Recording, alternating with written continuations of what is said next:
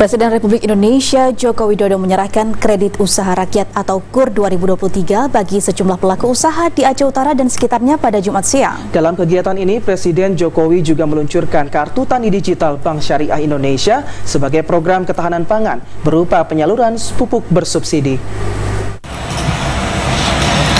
Presiden Republik Indonesia Joko Widodo tiba di Komplek Perumahan PT Pupuk Iskandar Muda Aceh Utara bersama Menteri Badan Usaha Milik Negara Erick Thohir, Menteri Sekretariat Negara Pratikno, PJ Gubernur Aceh Ahmad Marzuki, dan Direktur Utama BSI Heri Gunardi.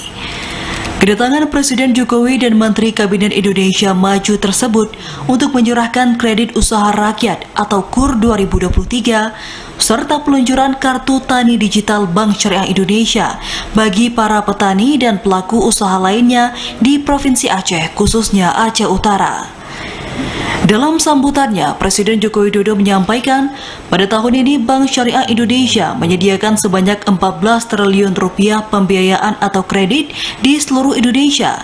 Sedangkan untuk Provinsi Aceh, jumlah pembiayaan yang disediakan sebesar 3 triliun rupiah.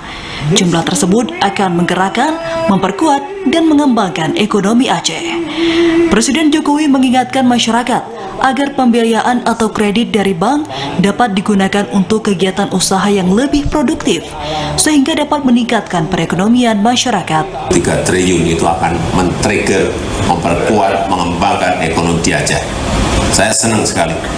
Tadi saya tanya, yang dapat tadi, pembiayaan tadi, 100, ada 50, ada 20, bisa 500 juta loh pembiayaannya di BSI.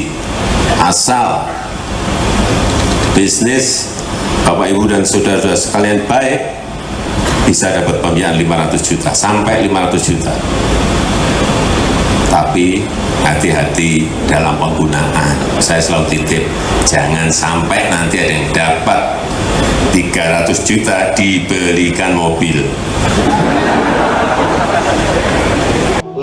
Peluncuran Kartu Tani Digital merupakan salah satu upaya Bank Syariah Indonesia untuk mendukung program ketahanan pangan nasional berupa penyaluran pupuk bersubsidi melalui kartu tersebut. Dari Aceh Utara, Fajar Sidik, TVRI Aceh melaporkan.